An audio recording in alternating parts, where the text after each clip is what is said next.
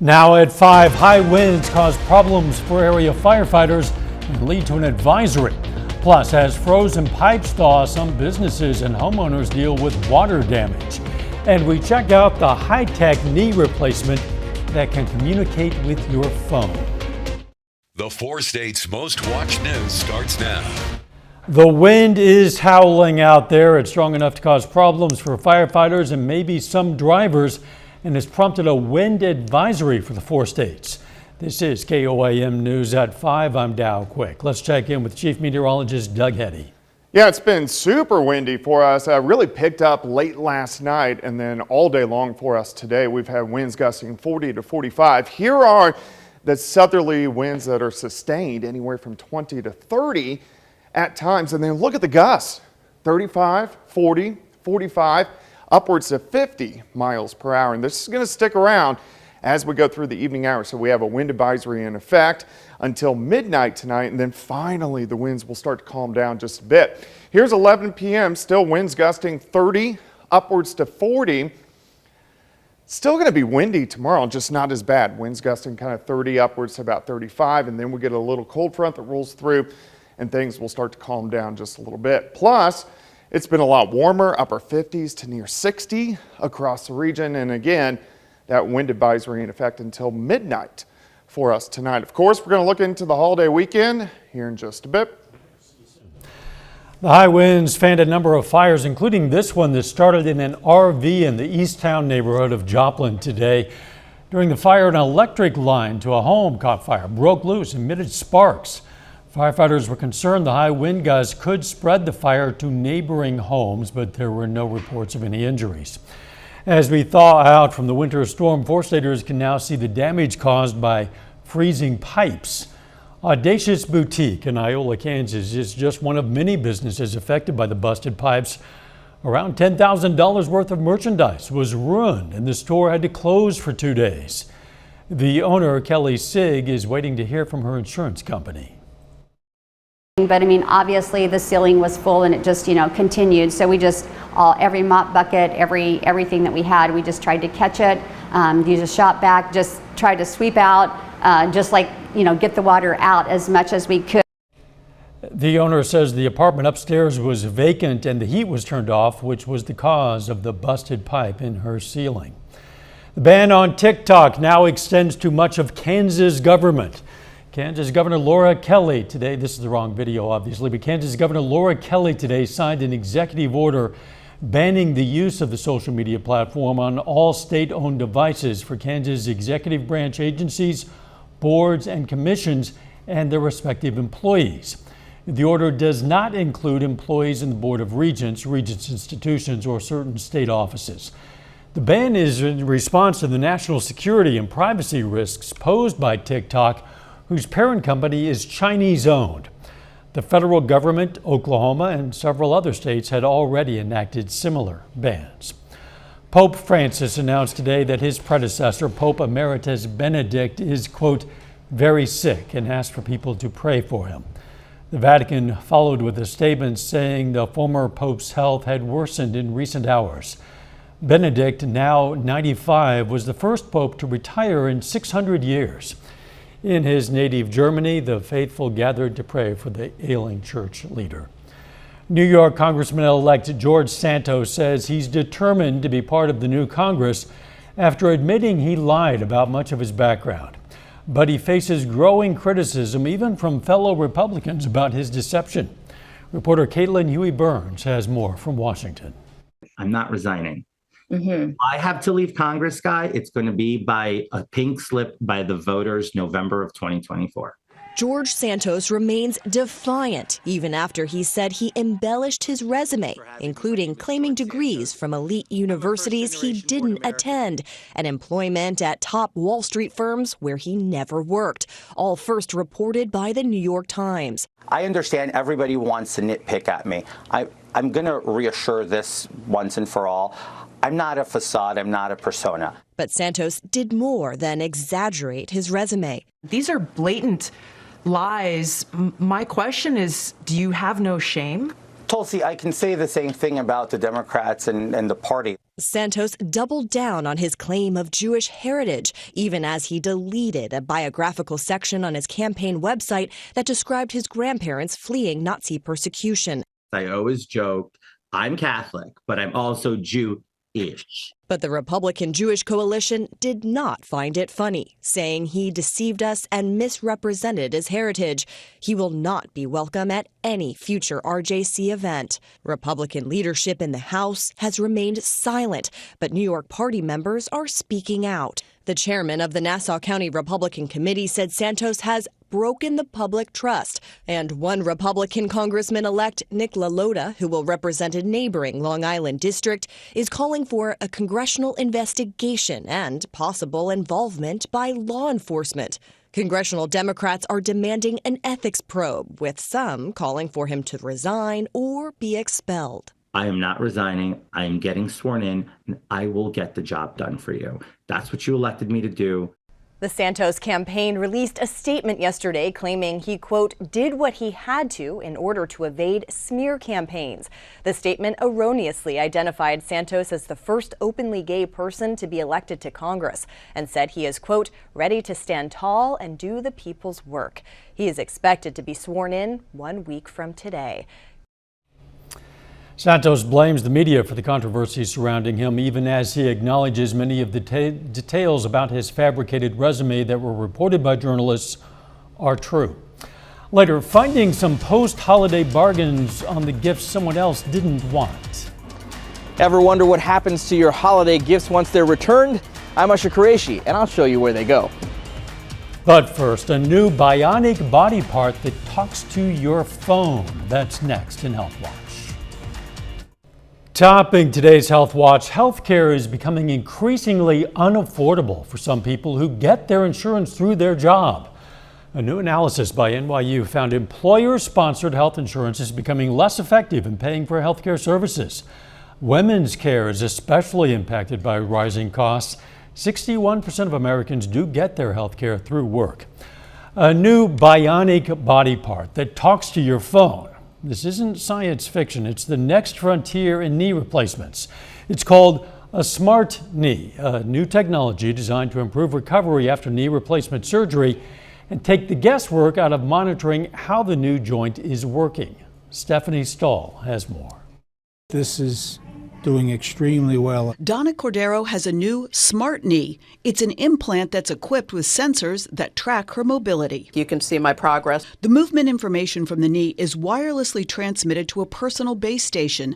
That sends the data to the patient's phone and the doctor's office. And it sends us half a dozen pieces of information. Dr. Robert Booth with 3B Orthopedics at Jefferson Health says this is the first time specific movements can be monitored and measured from inside the knee. I don't mean to infer that the other knees are dumb knees, it's just that we don't get any information back. It infers from the length of your stride and the cadence of your stride, whether you're limping, whether you're taking big steps, whether you're getting back into your normal pattern. Donna is Dr. Booth's first patient to get the smart knee replacement. I am feeling fantastic. I really am. It was the best thing I ever did for getting rid of the pain. This was her knee before cartilage that cushions the joint had deteriorated. So when the bones rub on one another, that's what's painful.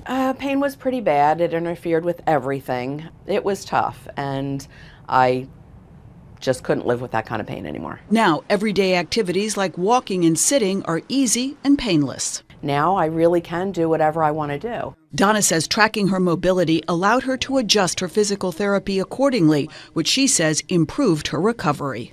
Stephanie Stahl, CBS News, Philadelphia. Now, the smart knee does not have a GPS. It doesn't track the patient's locations. It only measures knee movements. It's equipped with a battery that lasts for about 10 years. Chinese authorities are now paying older people to get vaccinated against COVID-19. That country is battling a surge of new infections since easing pandemic restrictions last month. China's National Health Commission says more than 90% of the population has been vaccinated, but only 2/3 of people over age 80 have gotten their shots. And that is a look at today's health news. A little later, our pet vet on call. Hi, I'm Dr. Eva Judek from Parsons Pet Hospital. Coming up, we're going to give you a suggestion on how to take care of the birds in the wintertime. Plus, it's a little bit on the breezy side outside. When are the winds going to calm down? We're going to look at that coming up.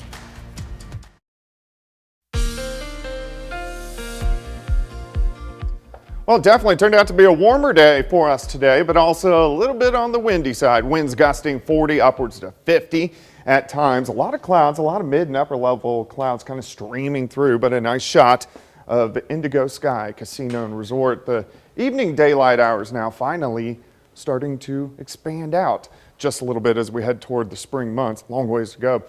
Look at our temperature change. We're about 15 to 20 degrees warmer outside right now compared to this time last night. We've really warmed up over the past couple days. 57 in Pittsburgh, 61 Veneta, 58 in Anderson. Nevada is sitting at 57 degrees, but the winds definitely have been an issue. Sustained winds, kind of in that 20 to 30 mile per hour range. And then of course our gusts have been way up there. We've had winds gusting 40 upwards to 50 miles per hour at times. It's going to stay super windy throughout the evening hours, and then finally these winds will start to calm down just a little bit as we go through the next 24 hours. Outside, 7th range line currently at 59, sustained winds 25, humidity is at 53%. Through the evening we slide slowly back through the 50s, but really kind of hang out 54, 55 for an overnight low. Look at the clouds, nothing underneath them, so we are going to stay dry, but a lot of mid and upper level clouds kind of streaming through for us tonight. Rain developing out across central and western Kansas. Will not make it here. Our next big storm system kind of out across the four corners of the U.S. Big area of low pressure, but this is mainly going to track across the northern parts of the plains. So all the moisture kind of skirts around us, but it looks like we're going to cool down just a little bit once that cold front rolls through by Friday. Until then, we stay fairly mild, fairly windy through the overnight hours for us tonight. Mid 50s for overnight lows. Still partly sunny skies for us tomorrow. Here's the noon hour into lower 60s. I think we go 63, 64 for a high. But as we get into the evening, look at the winds. They switch to the northwest, so we get a weak little cold front that works through. We get northerly winds tomorrow night, a little bit colder, down into the mid 30s for overnight lows. And then on Friday, still a lot of clouds, temperatures a little bit cooler, a little bit closer to where we should be for this time of the year. High temps right around 50 degrees as we go into Friday afternoon.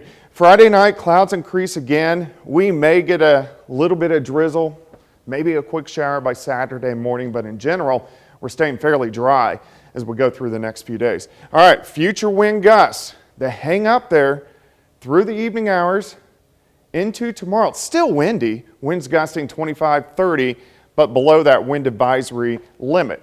And then finally, once that weak front drops through, the winds will start to die off just a bit as we head into Friday. Day planner 56 to start, 62 by noon. High temp 64 will back down to about 59 by 5 p.m. All right, 64 tomorrow, 53 Friday, near 60 on Saturday, 63 to kick off 2023. So a big swap really from what we saw on Christmas. Thunderstorm chances in on Monday. So at 6 tonight, we'll break down that next storm system moving in. It's amazing to think how cold it was less than a week ago. Yeah, white Christmas, and now we're going to be warm and windy. I guess. Thanks, Doug. Coming up, finding bargains among those returned Christmas gifts. First, though, we take time to recognize a local veteran. Broken Arrow, Oklahoma native Thomas Blair served in the U.S. Marine Corps in 2003. He helped save 9 wounded fellow Marines. His awards include a Purple Heart and a Navy and Marine Corps Commendation for Valor in Combat Medal. And we're proud to salute Lance Corporal Thomas Blair, a 4-state hero. Topping today's Consumer Watch now that holiday shopping is behind us, a lot of people are dealing with credit card payments. 1/3 of Americans this year took on an average of more than $1,500 in holiday debt. That's a 24% increase over last year, according to LendingTree. It's also the highest amount in 8 years, and it comes as Americans continue to grapple with the highest inflation in nearly 4 decades. Presents are making their way from under the tree to the return pile in a post-holiday rush to give back what doesn't fit or just isn't wanted. But what happens to all those returns? Well, Usher Qureshi takes us inside an online auction company giving these items a new shelf life. It's not the island of misfit toys, but an entire warehouse in Shorewood, Illinois, devoted to returns. Torch, jack for a trailer, vacuum for the wall. It's all part of Slybuy.com, an online auction company that also operates a deeply discounted dig store and fixed-price warehouse sale. Probably the strangest thing I've ever seen is a full-size hot tub came off the back of a truck. Steve Fitzgerald is CEO and says companies like his take what retail stores don't want to restock. A lot of cases, things get returned and there might be box damage or missing screws or missing directions, and retailers really want to protect their customer experience and they want that to be perfect. Every day they get a 40-foot trailer like this filled with 1,600 boxes, in this case, of items they don't even know what's in them. Once processed, items in imperfect to pristine condition are up for bid. It's anywhere from 50 to 90% off of regular retail. Everything starts at $1. There's no reserve price, and the market determines what it's worth. Josh Comer has snapped up hundreds of deals. What do you do with all this stuff? I resell it. Oh, okay, so this is like a side hustle for you. Yeah, some stuff I keep. This reverse logistics ecosystem, as it's called, is mindful of both planet and pocketbook. It's affordable, and these times, that's what people need. Giving unwanted gifts a second chance. Usher Qureshi, CBS News, Shorewood, Illinois. More online shopping has increased those return volumes. According to the National Retail Federation, $102 billion worth of online orders were returned in 2020. That number more than doubled to $218 billion last year. Our Pet Vet on Call next.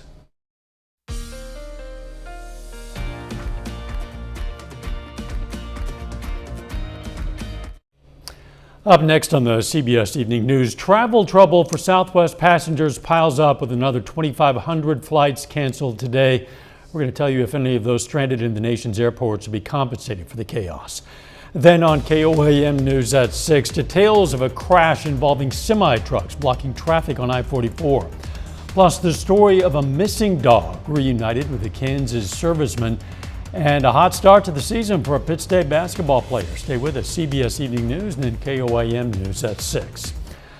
A lot of bird species have migrated south for the season, but some are still around. Today's question for our Pet Vet on Call: should I put out bird seed in the winter?